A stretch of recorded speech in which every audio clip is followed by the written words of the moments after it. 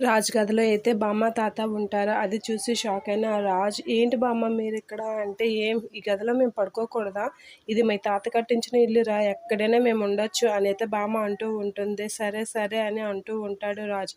ఇక కావ్య కూడా అక్కడికి వచ్చి, ఏంటండి బామ్మగారిని తాతయ్య వాళ్ళు అంత ఇబ్బంది పెడుతున్నారు, వాళ్ళు ఇక్కడ ఉంటామంటున్నారు కదా, పద మనం స్టోర్ రూమ్లోకి వెళ్ళిపోదాం అని అంటూ ఉంటుంది. ఏంటి స్టోర్ రూమ్లోకా అని అయితే భయపడుతూ ఉంటాడు రాజు. ఏమండి మీకు తెలుసా తెలీదో, పెళ్ళైన కొత్తలో నన్ను స్టోర్ రూమ్లోనే పడేశారు, అక్కడికి మీరు తాగేసి వచ్చేసి అని అంటే, అమ్మమ్మ వద్దు వద్దు ఫ్లాష్ బ్యాక్ ఏం చెప్పకు నువ్వు అని చెప్పేసి అంటూ ఉంటాడు. ఇక రాజు అయితే కావ్యతో అలా మాట్లాడుతూ ఉంటే, మీకు ఏమండి మీకు ఏసీ ఉంటే కానీ నిద్ర పట్టదా అని అంటే, నీకు తెలుసు కదా నాకు చల్లగాలి ఉంటే కానీ నిద్ర పట్టదు అని అంటే, అదేం లేదు మీరు పడుకున్న వెంటనే ఏసీ ఆపేస్తాను నేను, ఆ తర్వాత అంటే నేను లేచినప్పుడు ఏసీ ఆన్లోనే ఉంటుంది కదే అని అంటే, నీకన్నా ముందు నేను లెగుస్తాను కదా ఆన్ చేస్తాను అనేది అంటూ ఉంటాడు.